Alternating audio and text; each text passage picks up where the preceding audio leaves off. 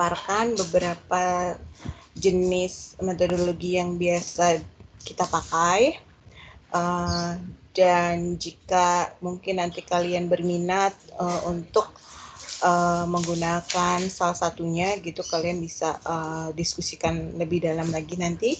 Jadi saya buka ruang seluas-luasnya untuk diskusi, untuk pertanyaan gitu. Jadi saya juga ada contoh-contoh artikel yang menggunakan metode-metode tersebut gitu. Jadi nanti saya bisa upload di Microsoft Teams.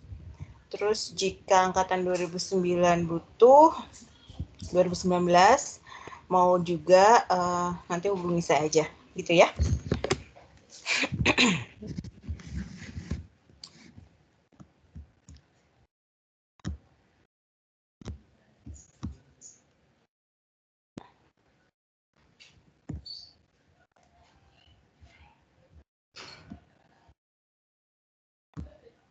Oke, baik, sebentar saya buka filenya dulu.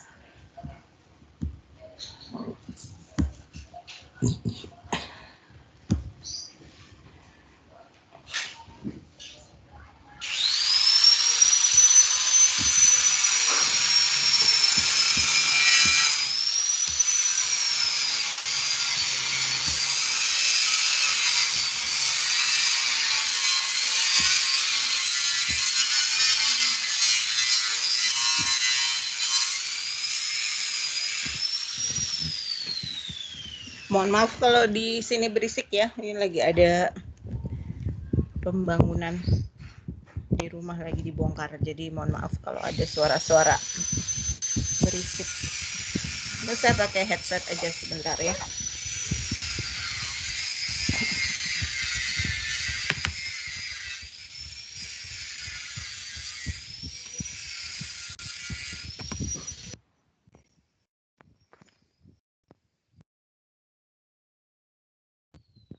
Oke, suara saya terdengar? Terdengar, Bu. Terdengar, Bu. Oke, hari ini saya mau bahas tentang qualitative research in education. Minggu-minggu sebelumnya kita udah belajar tentang bedanya kuantitatif dan kualitatif ya. Ini saya mau review kembali, saya mau ulangi sedikit supaya nanti ketika kita bicara lebih detail tentang kualitatif, kalian udah punya perspektif yang sama gitu ya. Jadi kalau kuantitatif itu secara umum dia ingin mengkonfirmasi hipotesis tentang sebuah fenomena. To seek to confirm hypothesis about fenomena. Jadi ada masalah gitu kan, terus dibuat hipotesisnya, kemudian hipotesisnya itu diuji, cari data, terus diuji dan kemudian itu hasilnya nanti memberikan semacam pembuktian terhadap teori itu, apakah teori yang dipakai berlaku atau tidak, seperti itu. Sementara kualitatif itu tujuannya untuk mengeksplor fenomena itu. Jadi sometimes kualitatif bisa jadi punya hipotesa, bisa jadi tidak gitu. Karena di penelitian kualitatif kita ingin bereksplorasi, kita tidak hendak menguji hipotesis, justru kita ingin memberi makna terhadap fenomena yang sedang kita selidiki. Jadi bagaimana cara memaknainya itu? Cara memaknainya biasanya nanti researcher, peneliti menggunakan sebuah teori tertentu gitu ya sebagai theoretical framework-nya. Jadi dia dapat memberi makna suatu masalah dengan berdasarkan teori tertentu, bagaimana dia menginterpretasikan fenomena tersebut dengan menggunakan teori yang dia pilihnya begitu. Maka nanti maknanya apa gitu. Uh, Terus kuantitatif instrumennya lebih rigid ya, dia udah fix, dia pakai tes gitu. Terus kalau kualitatif tuh lebih fleksibel, bisa bisa mengalir lah gitu ya. Misalkan kita pakai interview gitu kan, kita udah punya guidance-nya nih, butir-butir pertanyaan interview gitu. Tapi kemudian pertanyaan-pertanyaan di interview itu bisa saja berubah ketika kita mendapat respon tertentu dari responden kita, terus kita merasa oh ini menarik dan perlu digali lebih dalam gitu. Kualitatif memberikan fleksibilitas itu bagi peneliti untuk mengubah apa namanya tadi, pertanyaan yang di awal sudah disiapkan gitu. Bisa saja pertanyaan kemudian diperdalam lagi ya. Intinya kualitatif tuh banyak flexibility, sangat fleksibel. Misalkan kamu ngajar nih, penelitianmu kualitatif dengan mengajar di sekolah, kamu udah buat RPP, pertemuannya begini, hari ini begini, hari kedua begini, udah ada gitu. Terus kamu ke sekolah nih, di hari pertama begini, ternyata apa yang kamu harapkan terjadi itu tidak terjadi. Jadi ketika besoknya mau masuk pertemuan berikutnya, kamu diperbolehkan untuk mengubah pertemuan keduanya, disesuaikan dengan hasil pertemuan pertama kayak gitu. Kalau di kuantitatif itu bisa dibilang hampir tidak mungkin ya, gitu.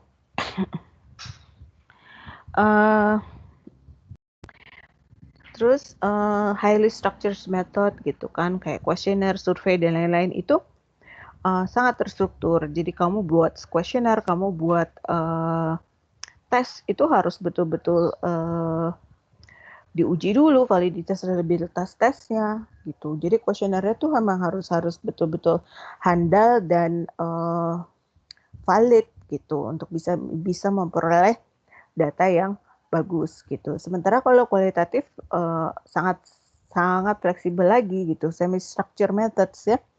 Kayak tadi interview yang saya beri contoh tadi itu dinamakan semi structured interview. Jadi interviewnya itu kita udah punya nih guidance di awal, butir-butir atau semacam kisi-kisi interview gitu kan. Pertanyaan-pertanyaannya ada berapa, misalkan ada 10 pertanyaan. Nah, ketika pada saat interview itu kamu ingin memperdalam lagi, terus kamu menambahkan pertanyaan-pertanyaan baru, silakan saja gitu. Terus, Bu, misalkan saya menginterview 5 orang, boleh nggak pertanyaannya beda-beda kemudian tiap orang itu? Misalkan tadi kan yang pertanyaan pokoknya yang ada di kisi-kisi 10 gitu ya, itu ditanyakan, tetapi kemudian pertanyaan tambahannya tuh beda-beda, boleh nggak gitu? Boleh-boleh saja gitu, karena kalau itu karena itu dibutuhkan untuk mencari data yang kamu inginkan gitu.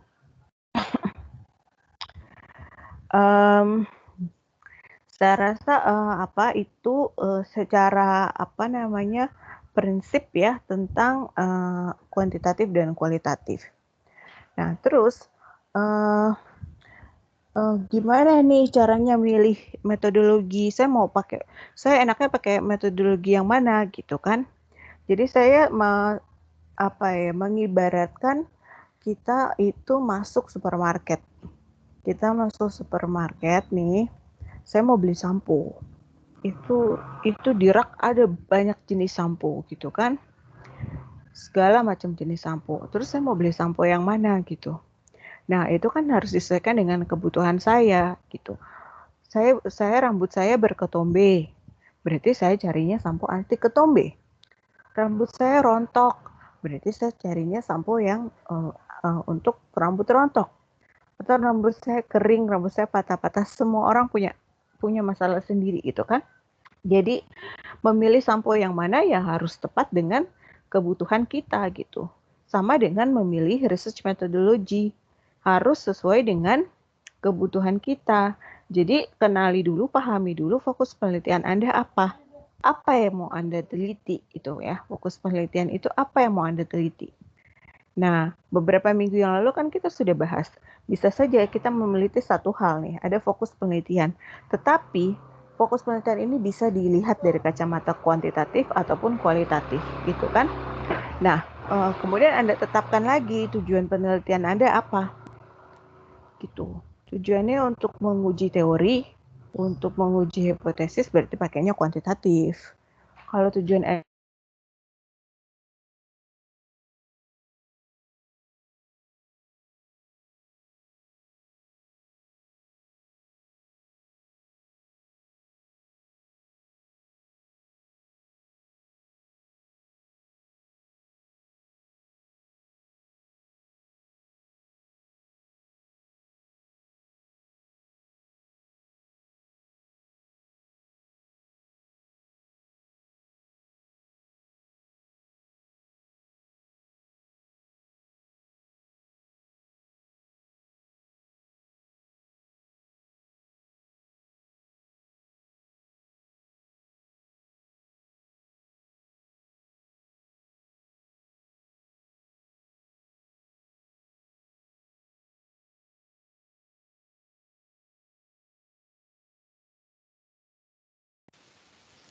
Ibu maaf suaranya nggak ada Bu, hilang.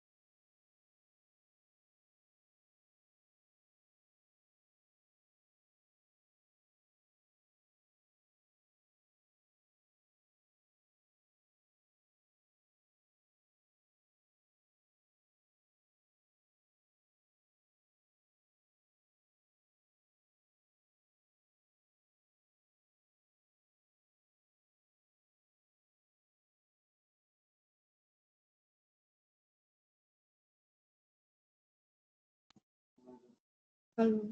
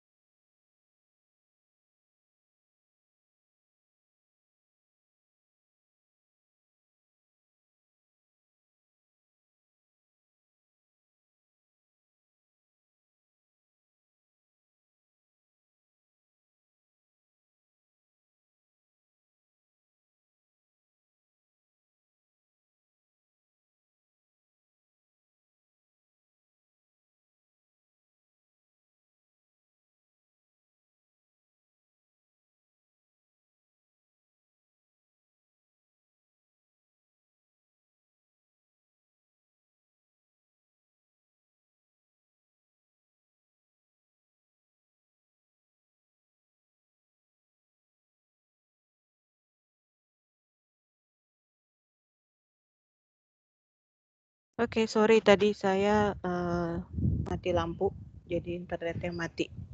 Bisa dengar suara saya sekarang? Bisa Bu. Iya Bu. Sudah Oke. Bu. Sorry ya. Ya Bu. Oke, kita lanjut ya. Ya tadi sampai mana? Memilih research methodology. Ya, jadi ibaratnya kalau masuk supermarket, kamu mau beli barang, kamu pilih barang yang kamu beli sesuai dengan kebutuhanmu. Jadi gitu. Jadi fokus penelitian Anda apa, tujuan penelitian Anda apa. Ya, kalau tujuannya ingin menguji sebuah teori, berarti kuantitatif. Kalau ujiannya ingin mencari makna, mengeksplorasi sebuah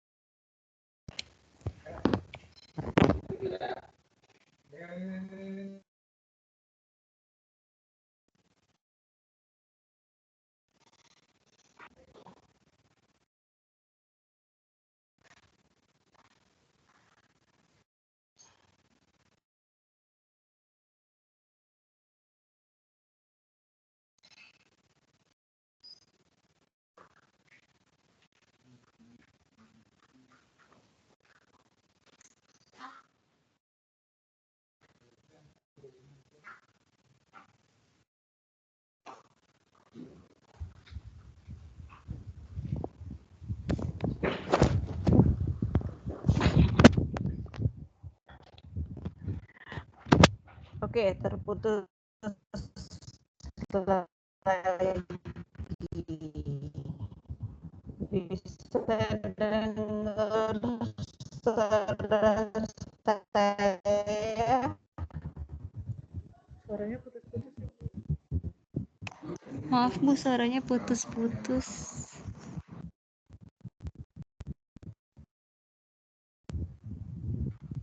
Ya, internet saya mati, mau listriknya turun naik nih. Udah jelas kah? Sudah Bu.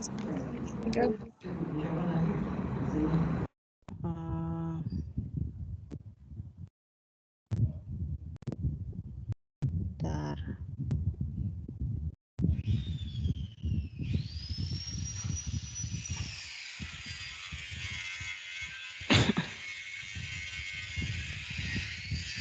Oke, sekarang saya mau bahas spesifik tentang qualitative research methodology. Jadi misalkan tadi kamu sudah tetapkan fokus penelitiannya, kamu sudah tetapkan tujuan penelitianmu, bahwa kamu ingin memahami sebuah fenomena gitu kan, berarti kamu pilihlah kualitatif, pilih metodologi kualitatif. Nah, kualitatif itu sendiri ada banyak macamnya gitu.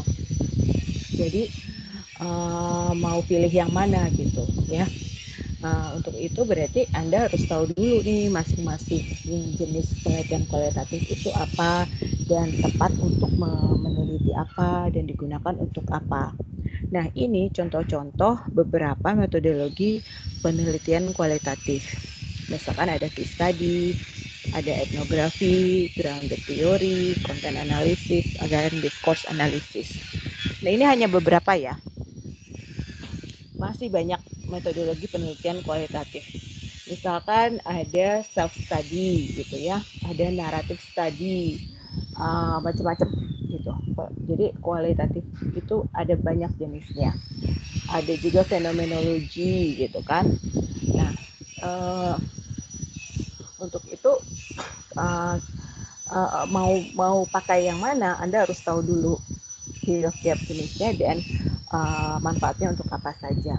Nah, hari ini saya mau bahas beberapa saja ya. Saya nggak akan bahas detail tiap metodologi ini. Saya hanya bahas beberapa aja. Jika nanti Anda tertarik, kita bisa diskusi lebih jauh. Yang pertama case study atau studi kasus. Case study itu digunakan manakala fokus penelitian kita, fenomena yang sedang kita teliti itu tidak bisa dipisahkan dari konteksnya. Gitu. Contohnya apa ya? Gini, case study banyak dipakai di penelitian-penelitian di nursing ya, keperawatan ya. Awalnya banyak dipakai di keperawatan gitu. Jadi dia ingin meneliti bagaimana misalkan pasien gitu kan, pasien dengan penyakit ini proses penyembuhannya seperti apa gitu. Nah, tapi untuk pendidikan juga banyak dipakai gitu. Saya mau kasih contoh case study itu penelitian saya sendiri ya. Disertasi saya pakai case study. Penelitian saya itu tentang pedagogical content knowledge mahasiswa pada saat mereka melakukan praktek mengajar di sekolah dengan lesson study. Gitu. Jadi mereka lagi PKM, lagi praktek mengajar, terus mereka mengimplementasikan lesson study di saat itu, dan saya mempelajari, menyelidiki bagaimana perkembangan psikis mereka pada saat itu. Jadi di sini fenomena yang saya teliti adalah psikisnya, ya. Tetapi psikis itu tidak bisa lepas dari konteks di mana mereka konteksnya itu adalah pada saat mereka teaching practicum, pada saat mereka praktek mengajar dengan lesson study. Jadi itu konteks yang nggak bisa dipisahkan. Sekarang kalau orang mau meneliti tentang psikis, ada banyak cara. Gitu. Bahkan ada penelitian-penelitian yang melihat pedagogical content knowledge dari tes. Ya, ada penelitian kuantitatif yang melihat bagaimana fisika guru gitu. Jadi dia kasih gurunya dia kasih tes dulu, tes matematikanya, terus tes fisikanya. Jadi kemudian dia cari apakah pengetahuan matematika guru itu menjadi penentu fisika gitu. Bisa kayak kuantitatif gitu. Nah kalau untuk itu kan nggak ada konteks. Mereka nggak peduli peserta respondennya itu siapa. Yang penting misalkan guru matematika gitu ya, mereka tidak memperdulikan respondennya itu ngajar di mana, terus latar belakang pendidikan lainnya apa saja, itu diabaikan. Nah itu bisa boleh dengan penelitian kuantitatif. Tapi untuk contoh kasus saya konteks saya nggak bisa dipisah gitu, karena itu terjadi dalam situasi sedang praktek mengajar dengan lesson study gitu. Jadi saya pakai case study. Nah, dalam case study itu pertama yang harus kita lakukan adalah kita tetapkan dulu kasusnya apa. Kasus itu bisa jadi orang per orang, individu, bisa jadi kelompok, bisa jadi sebuah organisasi besar, bisa macam-macam gitu. Kasusnya dulu ditetapkan. Nah, saya akhirnya menetapkan kasusnya itu adalah kelompok lesson study-nya. Jadi mahasiswanya bekerja dalam satu kelompok lesson study, itu adalah kasusnya. Jadi nanti penelitiannya ketika saya melakukan analisa datanya, saya melakukan analisa terhadap kelompok itu gitu. Makanya kalau kamu tetapkan kasusnya itu adalah individunya, berarti nanti analisamu juga per individu gitu. Jadi kasus ditetapkan. Nah, ada di dalam case study sendiri itu ada jenis-jenisnya lagi. Ada kasus yang bertingkat gitu. Jadi kayak misalkan saya kasusnya tadi per kelompok, tapi di dalam kelompok ada individu. Jadi saya boleh juga menetapkan anak kasusnya si individu itu, bisa saja gitu. Itu dimungkinkan gitu ya. Tapi yang penting adalah kamu tetapkan dulu kasusnya. Kalau kasusnya nggak ditetapkan nanti analisanya menjadi lebih rumit gitu ya. Jadi melebar gitu. Jadi nggak fokus ya. Nah, hal kedua yang ingin saya sampaikan tentang case study adalah ini berdasarkan pengalaman saya ya ketika melakukan case study. Mungkin ini bukan cuma case study ya, untuk penelitian kualitatif lainnya gitu. Ketika saya melakukan penelitian, saya merasa seperti seorang detektif gitu. Kenapa seperti seorang detektif? Karena ketika mengambil kesimpulan, saya itu merangkai berdasarkan bukti-bukti yang saya peroleh dari sumber-sumber yang berbeda.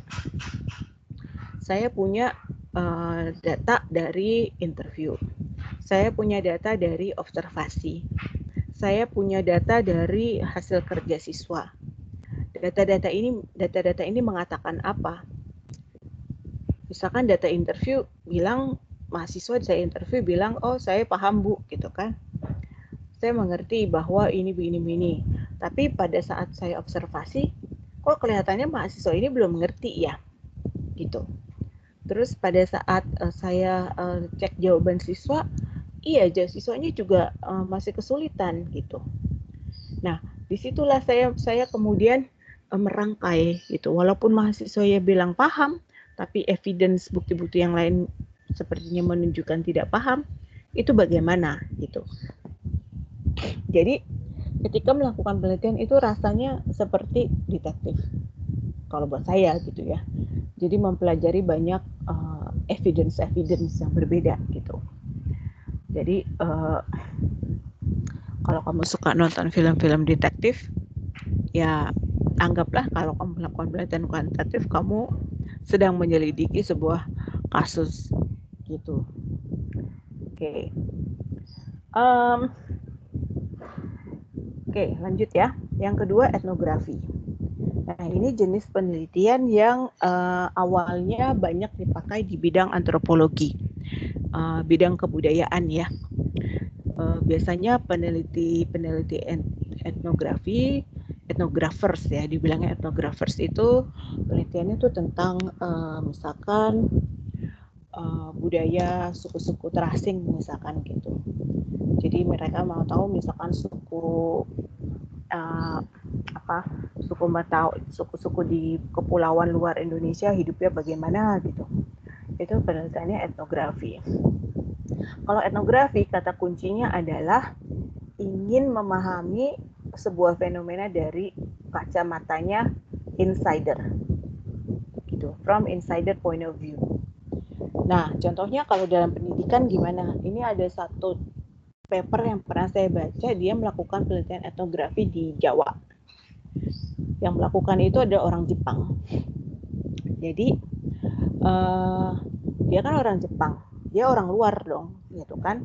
Sementara dia ingin tahu bagaimana sih praktek, bagaimana sih keseharian guru-guru mengajar gitu. Karena dia kacamata orang Jepang gitu ya, akhirnya dia dengan etnografi dia masuklah ke dalam komunitas guru itu. Jadi dia tiap hari ke sekolah seperti layaknya guru-guru di sini gitu.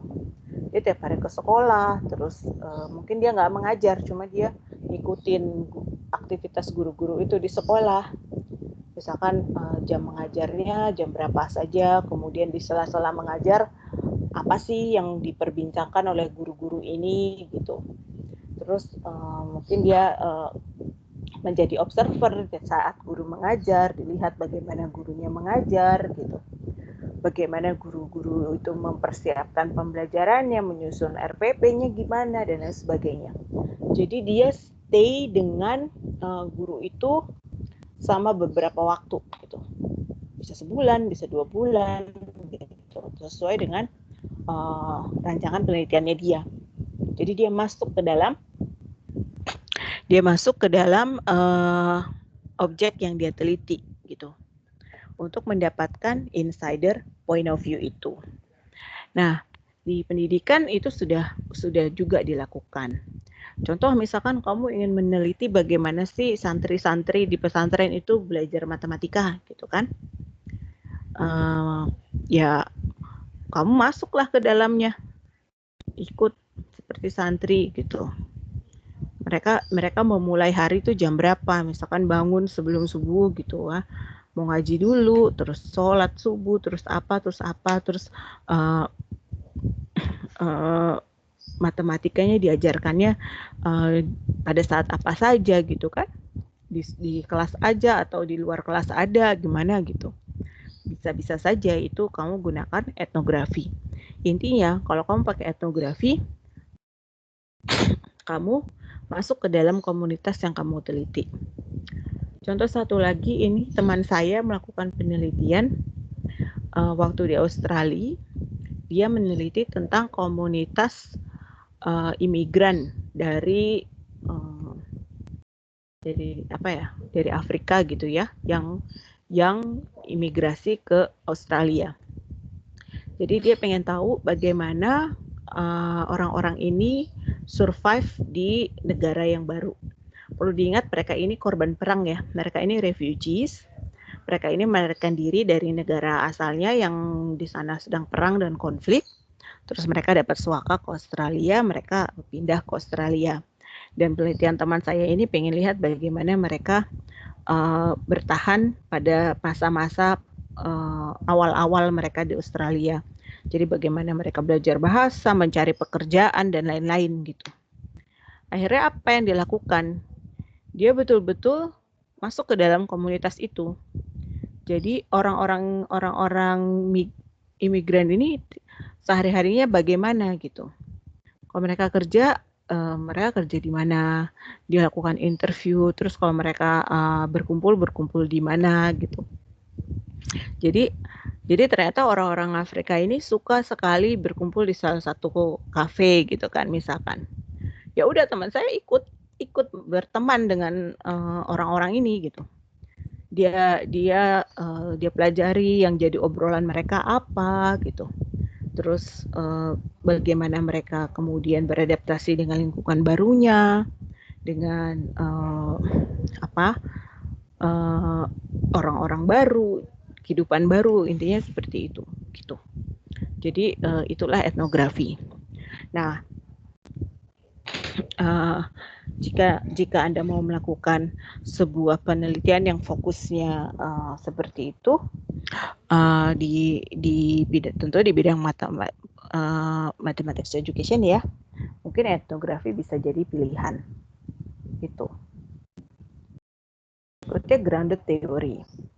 Grounded theory itu salah satu penelitian kualitatif yang tujuannya ingin membuat teori.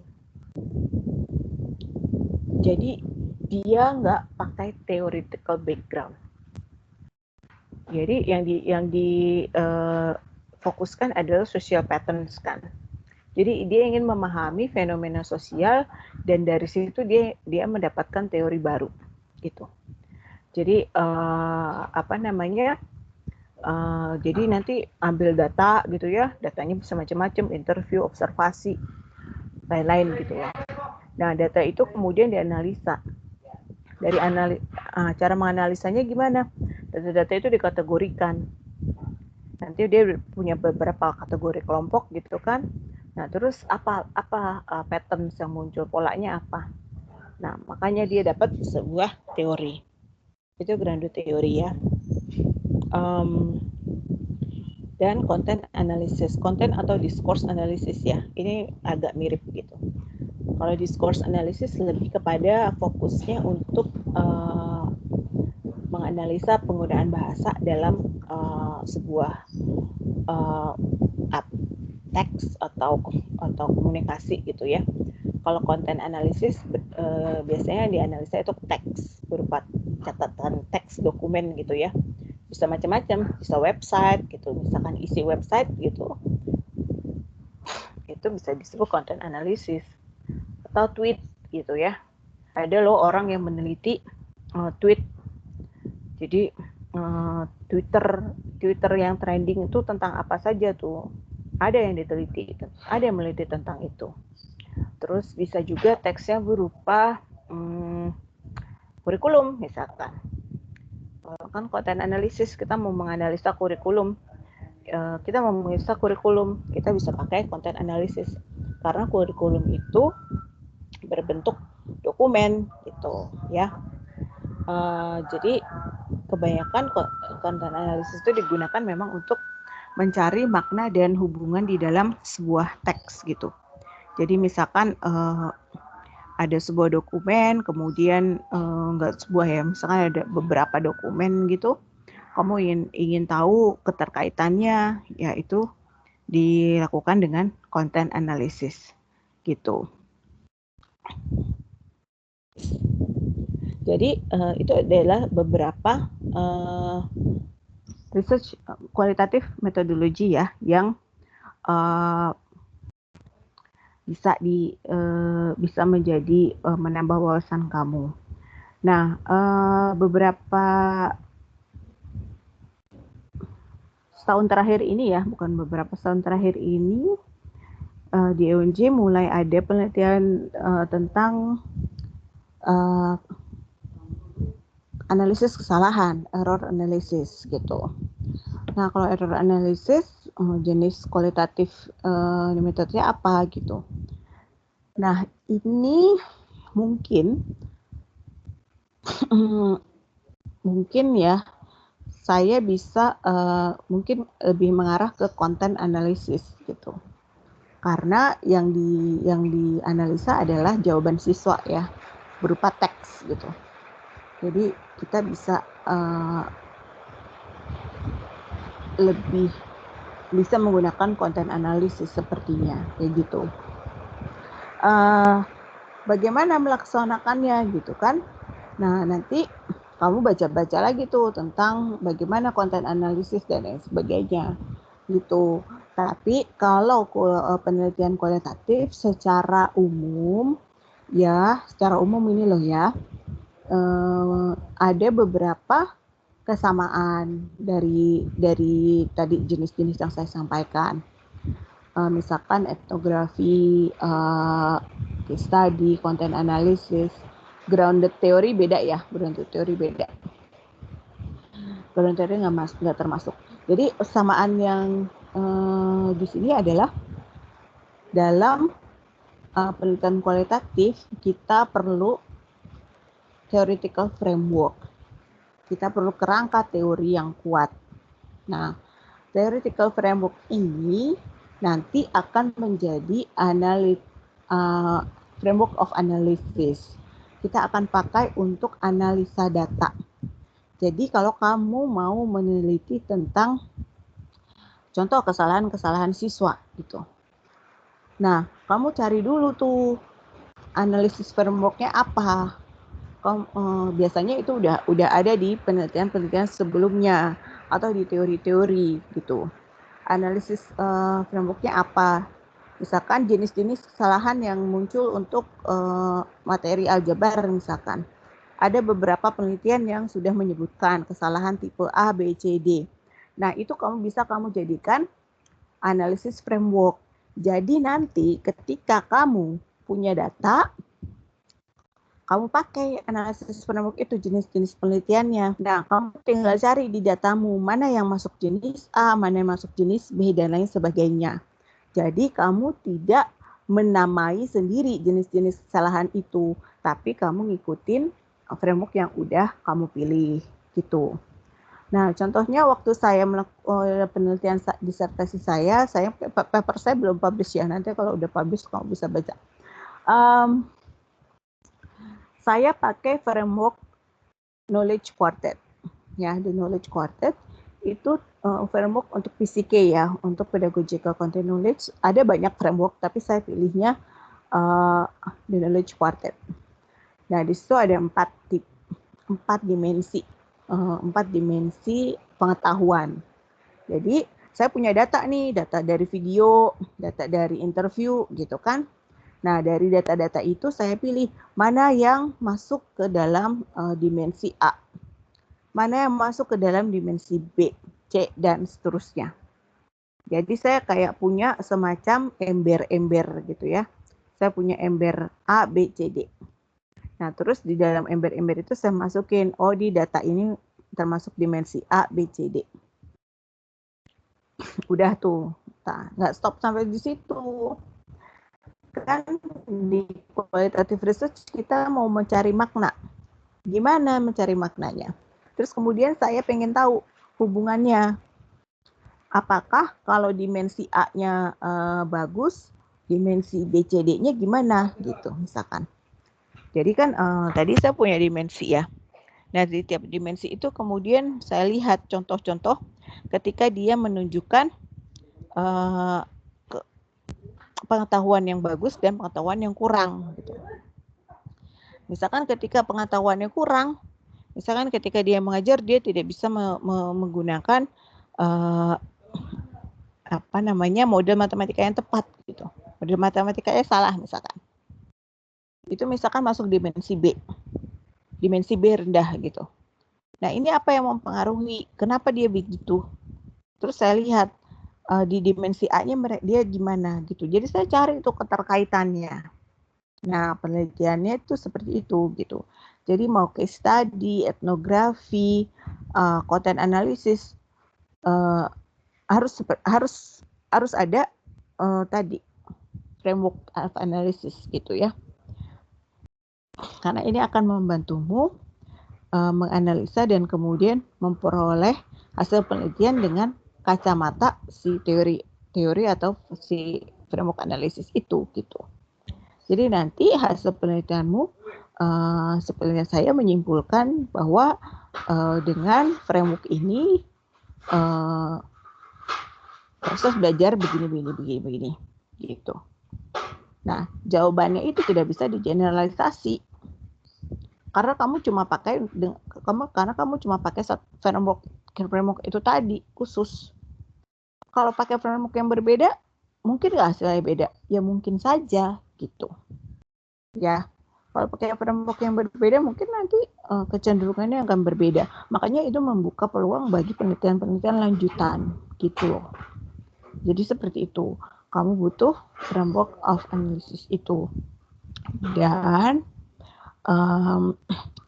penelitian kualitatif itu berat di analisa. Analisanya itu berat. saya sampaikan dari sekarang gitu. Bukan berarti nakut-nakutin ya, tapi supaya kamu siap. Apa namanya? Kenapa berat? Karena kamu harus karena datanya itu sangat kaya. Datanya itu banyak dan sangat kaya. Misalkan video, interview, observasi, itu kan banyak banget. Dan terus bagaimana mengolah data itu? Nah itu tadi, pertama kamu reduksi dulu, kamu pilih-pilih tuh data-data itu, mana yang relevan, mana yang gak relevan. Habis gitu kamu cari tuh dengan framework analisismu, masukin tuh di setiap kategori. Ternyata ada banyak data yang bisa masuk ke 2-3 kategori gitu. Aduh, ini saya bingung, ini masuknya kemana ya? Bisa masuk ke A, bisa masuk ke B, bisa masuk ke C. Nah, itu gimana gitu. Nah, terus kamu harus sebagai peneliti kamu harus bisa menentukan sendiri, it's your decision gitu. Akhirnya kamu harus memutuskan ini masuknya kemana gitu. Apakah kamu membuat kategori baru atau kamu masukkan saja ke salah satu dari kategori itu, it's your decision gitu. Udah nih masukin itu. Kan nggak berhenti sampai di situ, kamu harus kaji, kamu harus dalami. Ternyata di kategori A nih, ada data-data yang masuk di kategori A. Cari itu polanya. Kebanyakan di kategori A itu gimana ya? Gitu. Ada nggak kesamaan di antara data-data itu? Gitu. Kalau di kategori B gimana? C, D gimana? Terus cari hubungan antara A, B, C, D. A berpengaruh nggak ke B? A ada hubungan nggak ke C? Kayak gitu. Itu konsepnya penelitian kualitatif. Jadi kalau selama ini Anda berpikir kualitatif itu cuma menceritakan apa yang terjadi, itu salah. Gitu loh.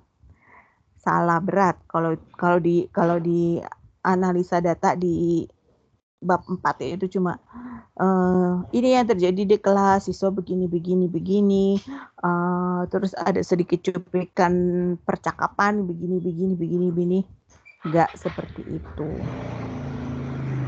Penelitian itu bukan cuma menceritakan apa yang terjadi, tapi apa yang kamu pelajari, pengetahuan baru apa yang kamu dapatkan, pengetahuan baru apa yang bisa kamu sampaikan ke pembaca, ke masyarakat ramai. Gitu. Dan itu cuma bisa kamu peroleh kalau analisamu tepat. Gitu, ya. Oke. Ada pertanyaan?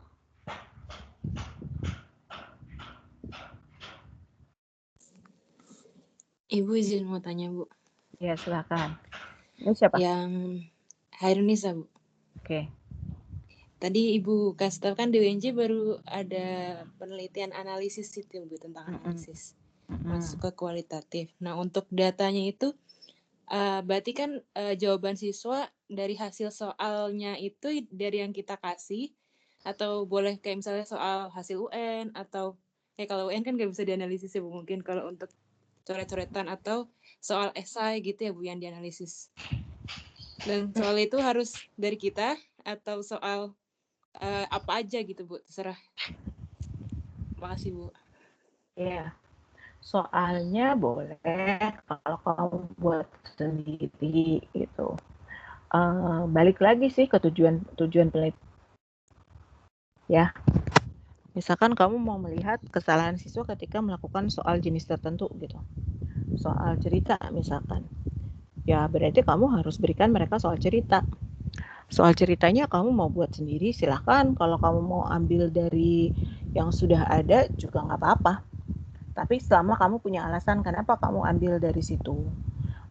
Kamu harus punya argumen bahwa soal ini sudah memenuhi kriteria kenapa itu kamu pilih gitu. Atau kamu mau ambil soal-soal PISA, kenapa sih siswa-siswa kita selalu jelek performance-nya di PISA gitu kan? Ya udah, kamu ambil soal-soal PISA, kamu uji cobakan ke mereka, kamu analisa kesalahannya, ya boleh-boleh saja gitu. Oke. Ya, baik, Bu, terima kasih banyak, Bu. Iya. Ada lagi pertanyaan?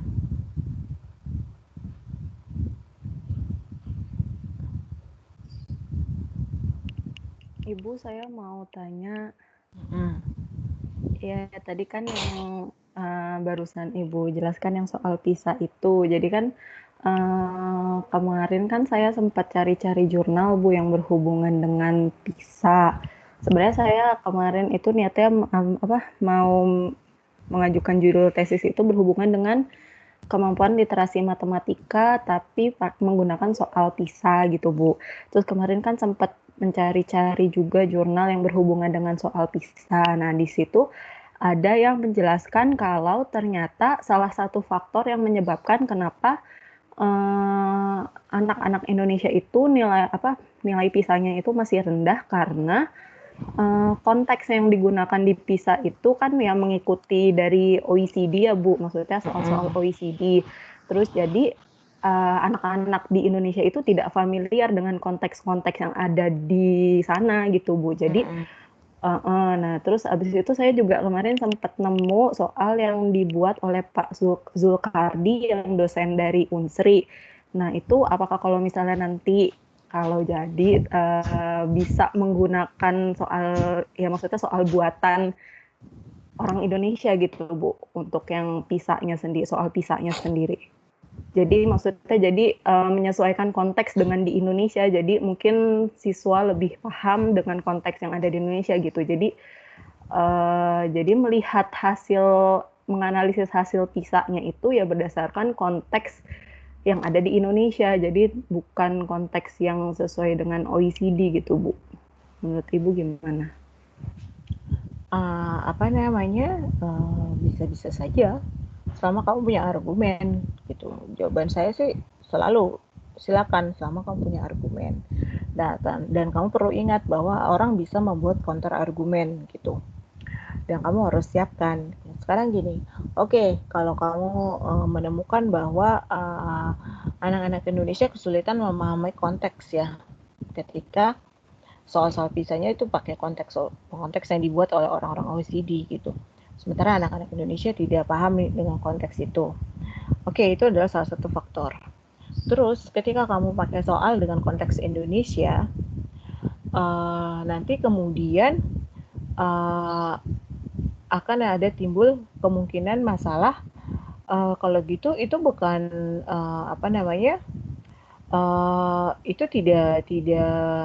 tidak membantu anak untuk bisa menjawab soal PISA misalkan gitu, atau gimana ya, bukan gitu maksudnya, Iya, maksud saya juga gitu. mengurangi authenticity dari si soal PISA-nya itu. Iya, maksud saya juga gitu kan. Iya. Soal PISA-nya jadi tidak otentik dong gitu. Itu gimana gitu. Jadi kan kita nggak tahu hasil PISA aslinya si anak-anak ini gitu. Iya.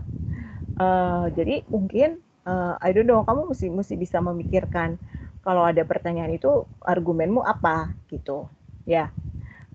Jadi kalau kamu mampu mempersiapkan argumen dan meyakinkan, silakan lanjutkan gitu.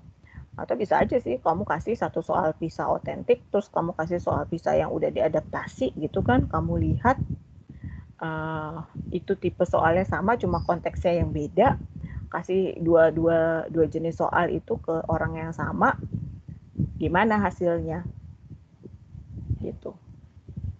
Jadi seperti membandingkan jatuhnya, menganalisisnya itu membandingkan jawaban dari dua soal gitu Bu.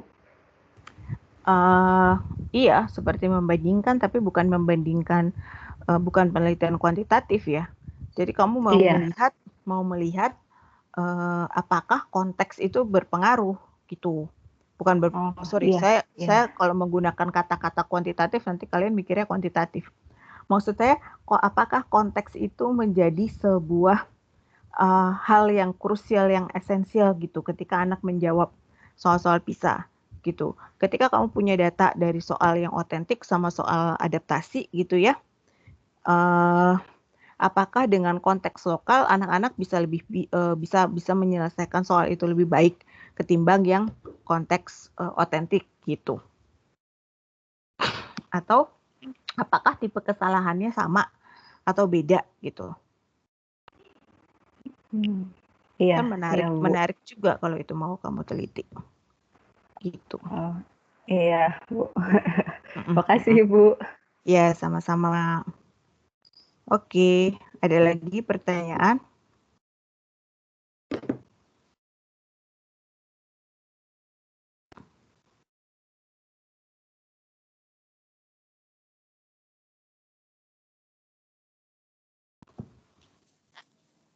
Ibu, maaf kalau mau tanya lagi boleh nggak Bu?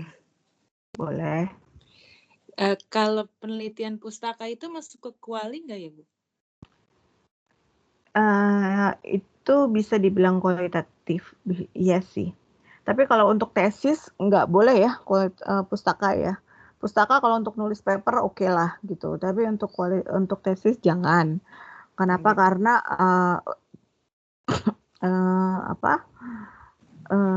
kurang itu ya, kurang ekstensif gitu ya. Kalau kamu cuma penelitian pustaka. Karena kan di dalam tesis juga ada kajian pustaka, itu sebetulnya kamu lakukan itu di bab 2-mu itu sendiri sebetulnya penelitian pustaka gitu, isi bab 2-mu gitu ya. Ya, Bu. Terima kasih Bu. Ya, sama-sama. Oke, apakah masih ada pertanyaan?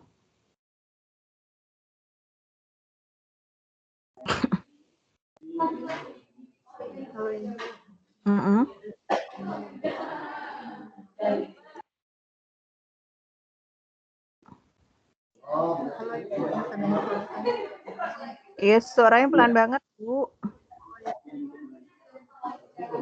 Halo Ibu. Iya, coba cari yang tempat yang nggak berisik. Noise-nya ini banget, kenceng banget.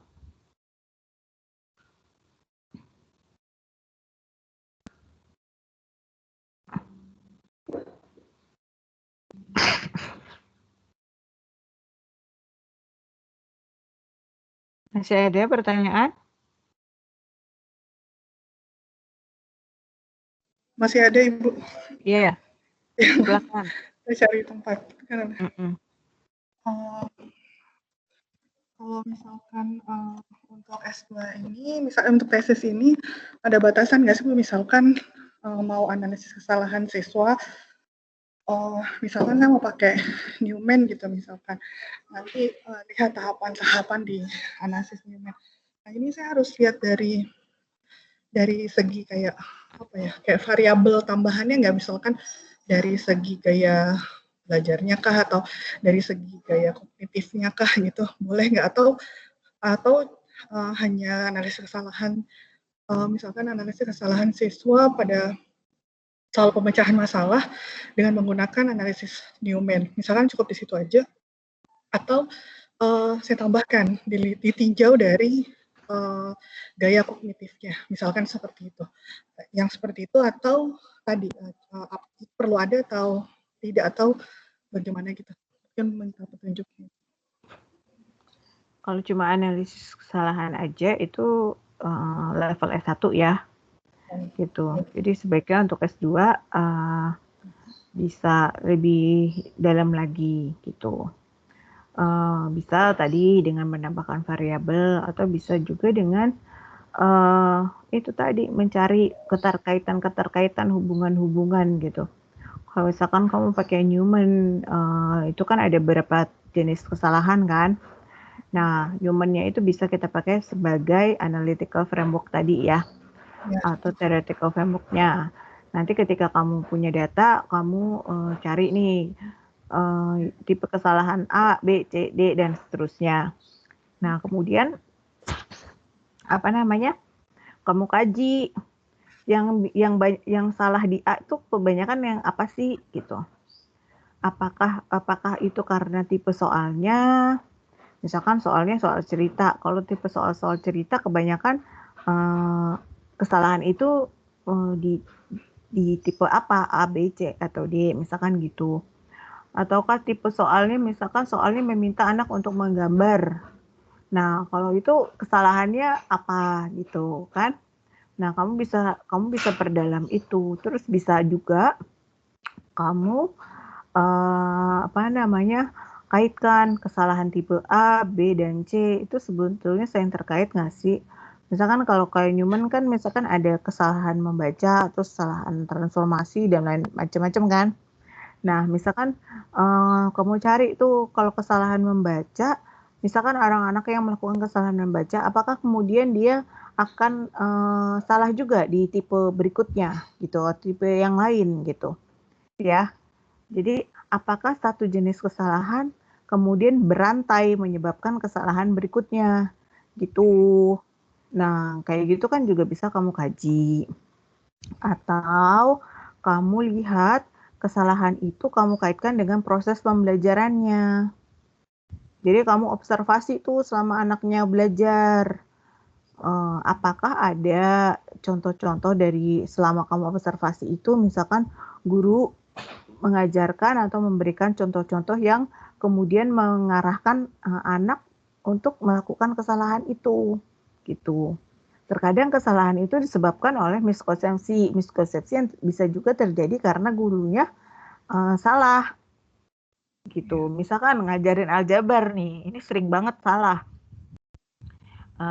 Mengajarkan aljabar gitu kan, misalkan apa ya? Ini ada satu box berisi sejumlah buku gitu. Terus ada apa namanya? Ada buku-buku yang lepas, nggak di dalam box gitu. Terus disediakan gambarnya tuh. Ada satu box buku, ada 4 buku. Harganya misalkan 75.000. Terus gurunya nulis X sama dengan buku gitu. Kan gurunya tidak menyadari bahwa sebetulnya X itu adalah harga atau banyaknya, apakah itu X, apakah banyaknya buku di dalam box atau harga satu buku atau apa gitu. Jadi cara menuliskan variabel itu masih ada kekeliruan.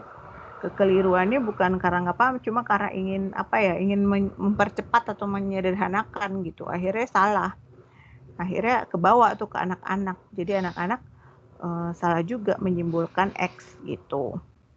Nah, misalkan kayak gitu. Kalau kamu temukan tipe kesalahan itu pada jawaban siswa, terus kamu bisa observasi di kelas, kaitkan dengan proses pembelajarannya, itu juga boleh. Jadi kayak gitu ya. Ya, baik Ibu. Tadi saya lupa lagi. Tadi saya mau oh ya, kalau untuk materinya itu perlu ditentukan di awal atau nanti saja setelah, misalkan kenapa saya ngambil, misalkan saya peluang, kenapa saya kok peluang yang saya ambil gitu, atau nanti itu mengikuti pada saat, kalau saya ingatnya kalau dulu action research itu kan ya memang biasanya materi tidak disebutkan, jadi memang mau ditingkatkan karena bukan penguasaan materi, tapi misalkan pendidikan kelasnya atau apanya gitu kan ya. Nah, jadi materinya mengikuti saja. Nah, kalau untuk di analisis kesalahan ini, apa dari awal tuh memang sudah ditentukan saya itu mau menganalisis kesalahan di materi tertentu atau di penguasaan konsepnya, di pemecahan masalah. Jadi mau pemecahan masalah apa saja, ya nggak apa-apa gitu. Itu mau tanya itu. Kalau buat saya ya, saya merasa materi matematika itu tidak bisa dilepaskan, tidak bisa dipisahkan dari fokus penelitian apapun itu gitu. Jadi kalau saya sih biasanya dari awal tetapkan dulu mau materi apa. Kenapa? Karena proses berpikir matematik itu tidak bisa disamaratakan. Ketika kamu ngajar peluang, ketika kamu ngajar geometri, itu proses berpikirnya berbeda. Gitu. Nah, kemudian nanti di situ sekarang itu sudah banyak penelitian-penelitian yang lebih detail gitu. Jadi bukan sekedar ngomongin mathematical thinking, tapi dia udah algebraic thinking, geometrical thinking, statistical thinking gitu. Udah cabang-cabang itu udah ada gitu. Dan kalau kamu mau cari theoretical framework atau framework of analysis itu tadi, kalau kamu sudah kalau kamu sudah tetapkan materimu di awal, mungkin kamu bisa dapat analytical framework yang lebih spesifik gitu. Nah, kalau kamu tadi mau pakai Newman itu kan sangat general. Newman itu tidak membedakan apa materinya gitu kan. Nah, itu ada kelebihan dan ada kekurangannya. Kelebihannya yaitu bisa dipakai untuk materi apapun, tapi kekurangannya hasilnya pun nanti nggak akan detail gitu, nggak akan rinci gitu. Nah, sementara kalau kamu baca-baca tentang aljabar sendiri, itu udah banyak error analisis di aljabar. Dan itu ada framework tentang khusus di aljabar. Jadi misalkan kesalahan yang sering terjadi di aljabar itu misalkan kesalahan tadi variabel, kesalahan memaknai sama dengan. Nah, itu udah sangat rinci kesalahannya. Sudah sangat matematik banget gitu. Sementara teorinya Newman nggak matematik gitu, masih sangat general gitu. Jadi sih sebaiknya dari awal materi itu sudah kamu tetapkan sehingga nanti kamu memilih theoretical framework-nya bisa lebih pas, bisa lebih dalam, bisa lebih fokus. Oke? Ya, baik Ibu, terima kasih banyak. Ya, sama-sama. Masih ada pertanyaan?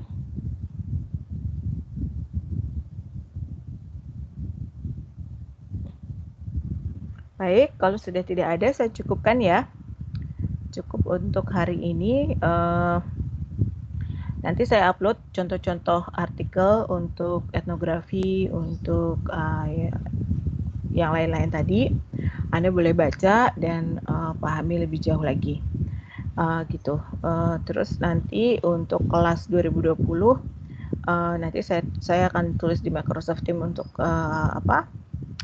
rencana kuliah minggu depan gitu ya.